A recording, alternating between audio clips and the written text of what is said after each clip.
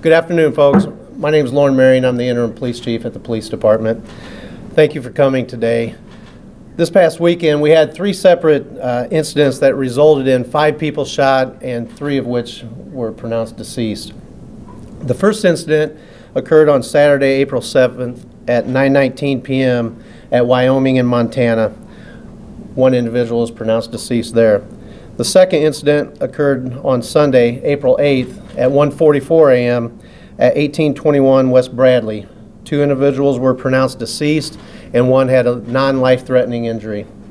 The third incident occurred on Sunday, April 8th at 11:52 p.m. in the 2800 block of West Montana. 1 individual sustained a non-life-threatening injury. I know there are many questions and concerns, therefore I wanted to hold a press conference to get the information out and try to answer any questions that you may have. One of the things to keep in mind is that these are all active investigations, including homicide investigations. So there's going to be a lot of information that we cannot release. And I know that gets frustrating on your side of it, but to protect the integrity of the case, we cannot release some information to the questions that you're going to be asking. So at this time, I'm going to turn it over to Captain Scally, and he will give a brief overview of the incidents.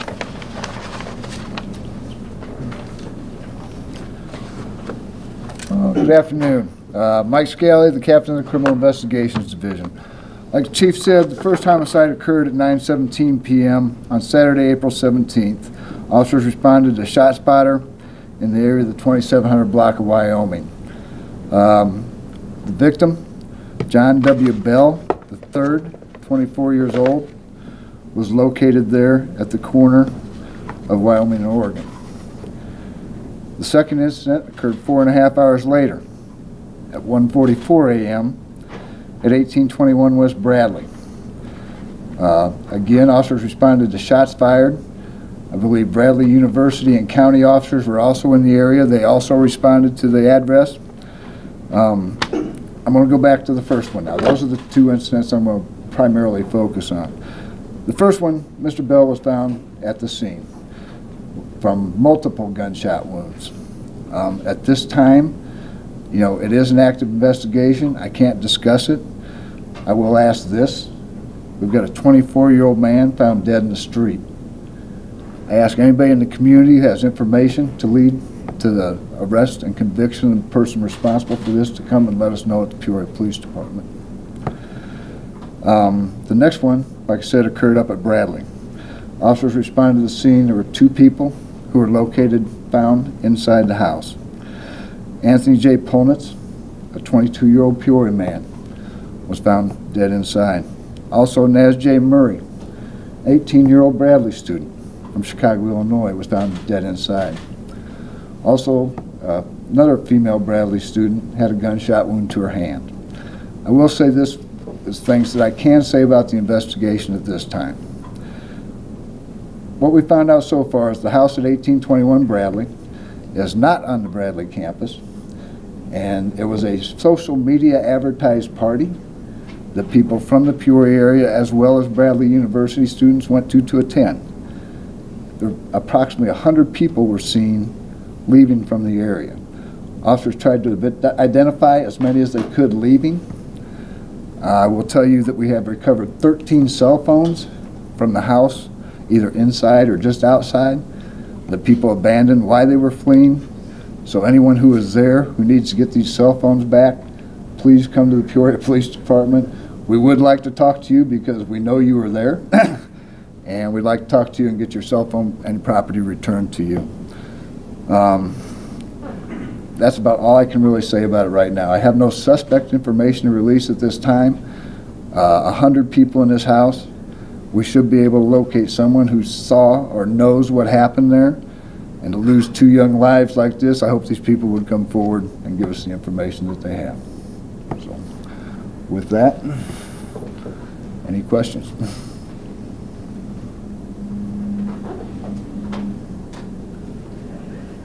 So did you speak with any students that day? Did they tell you as far as what they saw, what they heard? So far? Yes. We've talked to several people, but I can't identify them as students or just, you know, Peoria residents. But I do know there was a combination of both at the party. Andy? All right, Mike, first off, speak up, please. Second of all, were most of the folks at this party, were they Bradley students, or were they mostly people from outside? And can you tell based upon their phones, can you tell based upon the people that you have talked to? Andy, there's approximately 100 people at this party. I have no idea what the percentage of Bradley students compared to Peoria people was. There's no way for me to know that. I haven't even located all the people who were at this party. We're still in the process. It's very early in the investigation, and I have no idea how many of them were Bradley students and how many were not. Was there a shot spotter here? I believe there was. And can we, and how many shots did it tone to or alert to? And this one was inside. I'm sorry. I was thinking of the other one. The other one had the shots fired. This one, I don't believe. I think we responded to a report of shots fired on the Bradley case. The one on Wyoming, we had the shot spotter indication of several shots fired. Okay, so there was no shot spotter. You happen to have gotten calls. That's correct. From people about shots fired. Were the victims found near each other, or were they found in separate parts of the house? I'm not going to discuss the crime scene, Andy, because it's part of the investigation. I'm not going to say where they were located in the house. Were they found inside of the house, or were they found outside of the house? Both victims were found inside the house. And have you found rounds? Have you found shell casings? I'm not going to discuss any evidence that's been recovered at this time. Captain Scally, is there any indication that the two victims knew each other? And we haven't gotten that far yet either. Were there any calls earlier, like noise complaints? I mean, 100 people in a house like that, I believe that violates some sort of city ordinance. Were there any complaints beforehand? We had not received any calls to that house. As a matter of fact, checking the back history for that house for the last year, we had not had calls of trouble at that house at all. However, there had been several parties there recently, at least this one and one maybe the prior weekend. That I'm not aware of. So. When was the last time you seen a double homicide in Peoria or something like this? You know, didn't research it, and you know, it all depends what you're talking about. Double homicide, you're talking about two people killed simultaneously, or you're talking about two homicides very closely related in time. Killed within the same, not simultaneously. At the same time? Correct. I'd have to go back and research it. I couldn't answer, but it has happened. It's nothing new. Mike, can you, is there any indication of any of these incidents being related? And we're still trying to figure that out. We have to tie it together. There was another shooting that happened, and you know, I'm sure you would think like me, is when I saw the one that came in last night at Montana and Oregon, which is a block away from where the other one occurred. Are they related? I don't know, and that's part of the investigation. Hopefully we'll be able to reveal all that. How many times were the victims shot inside the house? I'm not going to discuss it, Gary. If you know, I don't want to say how many shots were fired or where the injuries were at on the person at this time. Did Mr. Bell have known gang ties? Not that I'm aware of. Mr. Pullman certainly did, based on his relationships on Facebook and his photographs listed on Facebook. And you know, he may have, Potentially. but I guess, you know, we're talking about murder investigation. We're talking about people who are dead. You know, whether they had the gang affiliations or not, you know, we need to find the people who did this. No doubt. Please understand we've all been covering Don't Shoot for several years now, and that focuses on gun violence, and this needs to be part of that. I understand that too. You know, I've been writing about crime for 20 years here, and while I am by absolute no means the person who knows it all, I could not think of, short of the fatal house fire in 2010 that killed 4. I can't think of another time that we had 3 folks killed in such a short span in separate things. Can anybody up here, I know that we have guys who have been serving this town for a long time. Loren, Mike, I mean, any of you guys know? Is this, because to me, this is a first. I mean, I can't remember, at least in 20 years, something like this taking place. And I'd have to look at it, Andy, to find that out for sure. Off the top of your head. Off the top of my head, I would say no, but I would qualify it with this. I've been doing this for 40 years. Even better. And I'll tell you what, we're very blessed in this community to have the health facilities that we have and the first responders that we have to render medical aid, because I can guarantee you that I've had people shot in this close of proximity and time to each other that have survived that did not die. So, So Mike, what's the message to the community now, since this is the first time that anybody remembers this kind of a weekend happening? Should everyone, I mean, should everyone be on edge? What's the message to the general public? right. I don't believe at this time that there's a reason to be on edge. I don't believe Bradley University is targeted. I don't believe there's any other individuals that I know of that are targeted at this time. And for somebody to go out and do whatever they want to do, I would feel comfortable. I would allow my family to do it. My granddaughter recently toured Bradley University, and I would have no problem with her going up there and walking around the campus at this time. So I would say just, this is a community problem. We can't solve it by ourselves.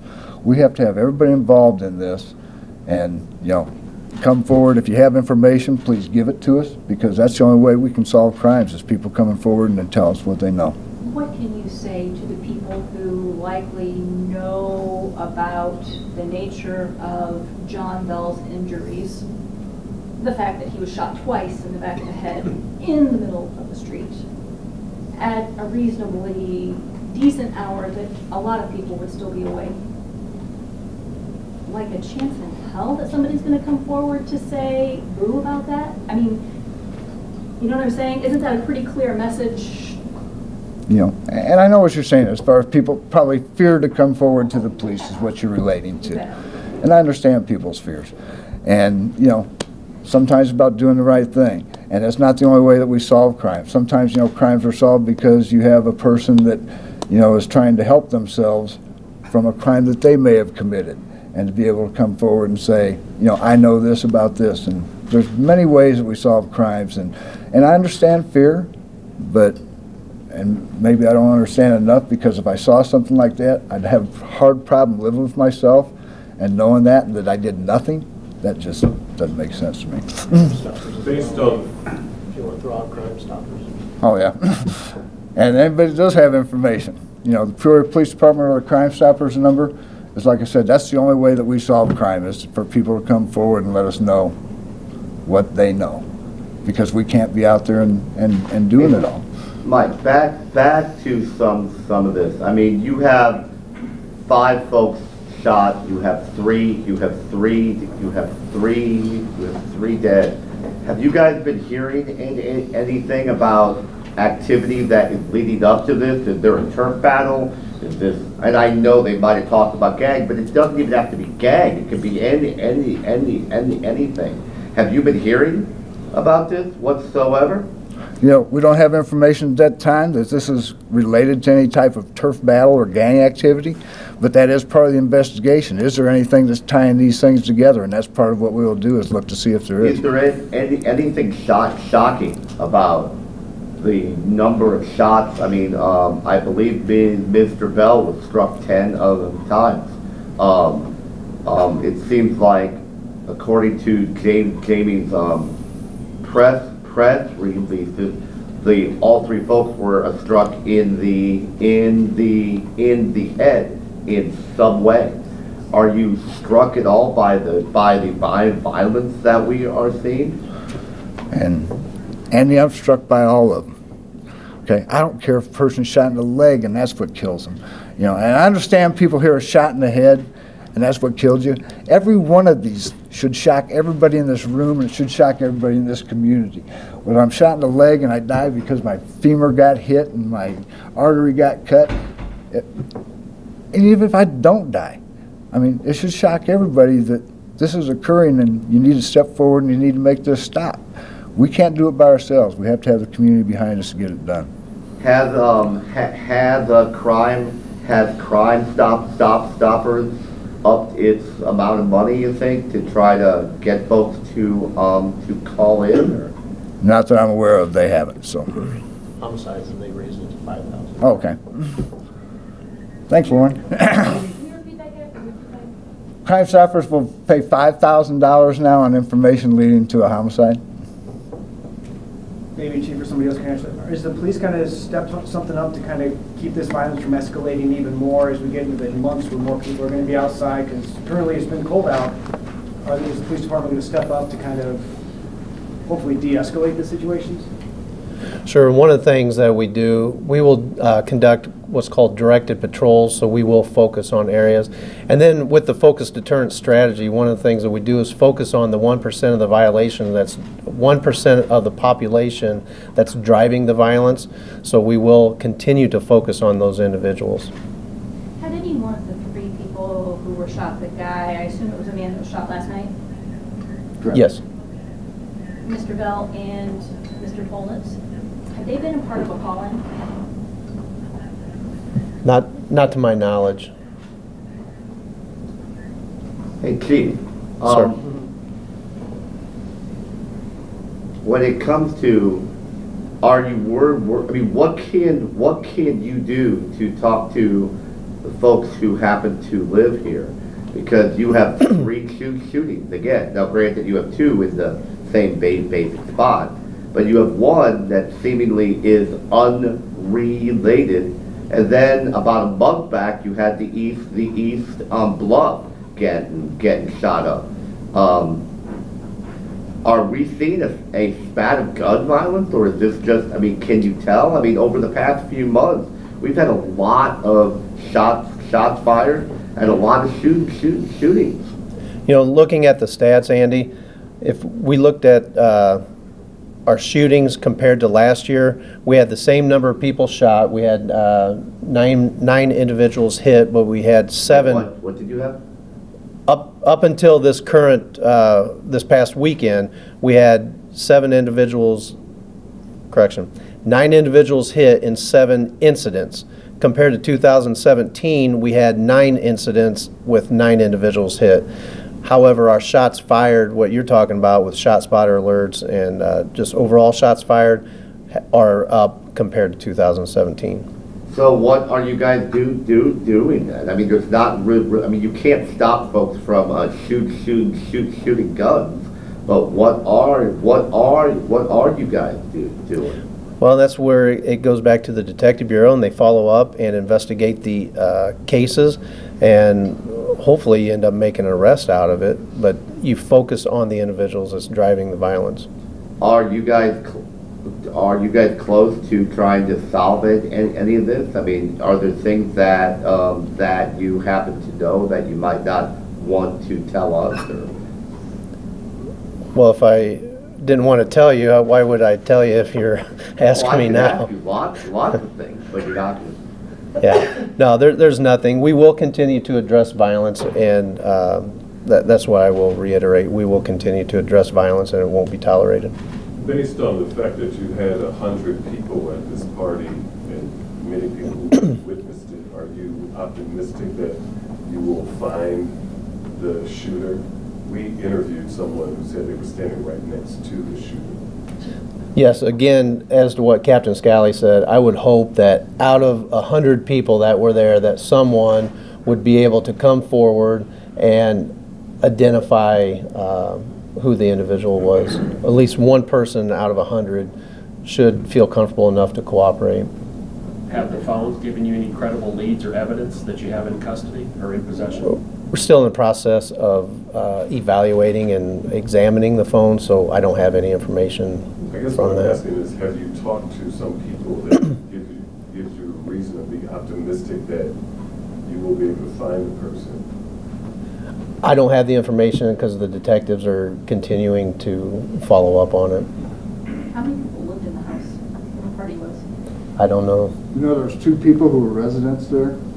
Are they over 21? I believe they are. Lovely. Would the department consider at this point a gun buyback or some sort of, drop off, just to do anything to get guns off the streets at this point? I don't think the city's had anything like that recently.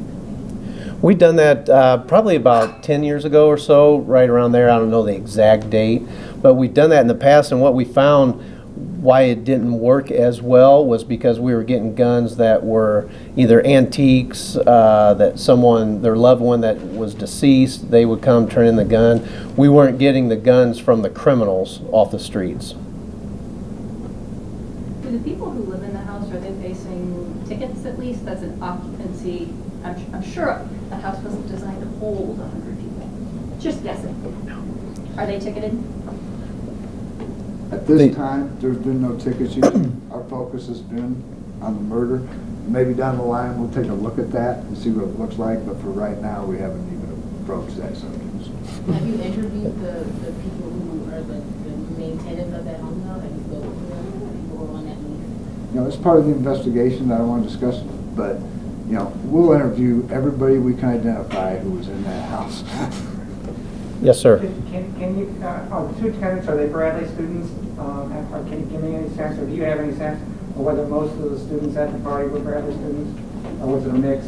I think it's kind of what I referred to, Andy, was I don't know what the mix was there. I know it was a mix, but I don't know if it's 80% Bradley kids, 20% Peoria kids, or just the opposite.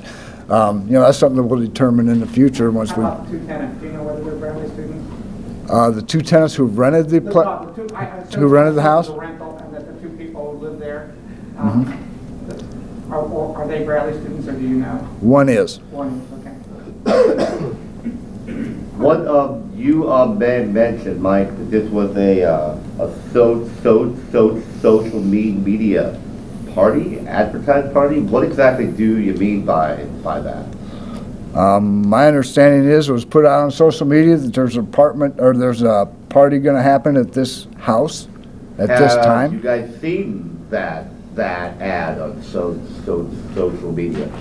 We're researching it and trying to find out how it got up there, who put it up there, and to get the information. It's pretty easy to figure out, how to find it. But what I'm saying is, it's pretty easy to figure out how to do that. But on the other hand, do you guys know what it said? We will. I can't tell you what it is standing here right now, Andy, but, Wow. We're looking into all these things. It's been kind of a busy couple of days. All right. Yes, ma'am. There are probably some procedural parts of pronouncing someone deceased. And I believe you have pronounced all 3 of these people. Yes, ma'am. I was on scene. I noticed that the time of both Murray and Pullman's death was the same, and yet in the preliminary autopsy, there was suggestion that they both probably, she at least died instantly. I think maybe you said similar. Yeah. Yeah. What accounts for that hour and 45-minute? We're not dispatched when the police are dispatched. So clearly there's going to be a time delay. Our expertise is death, right? So when we arrive, we pronounce death when we arrive. So there's obviously going to be a discrepancy of time from the time the police are there doing their investigation to the time that we arrive, and we lay eyes on the person and we pronounce death at that time. So. Thank you. Oh, and you've also spoken to her mother, Miss Murray's mother. Yeah, I spoke with her today. Yes. How does she say her daughter's name? I didn't ask her that question. Doggone. Because we're saying it in a variety of ways, and so are the people in Chicago. Sure. No, I spoke with her mother and her family today, all who are reasonably upset and saddened by her loss, as well as our community as well. I know Bradley University is lowering their flags at half-mast in her honor.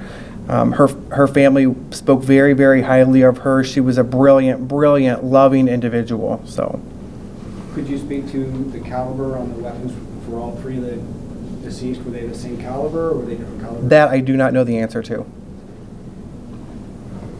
want to say. If I can add, this incident, actually both incidents where a person was killed is tragic. So I know Miss Murray was a Bradley student, but I don't want to take away from the other two individuals that lost their life as well that are Peoria residents. So, and I'd also like to add that we are working with Bradley University and they are fully cooperative.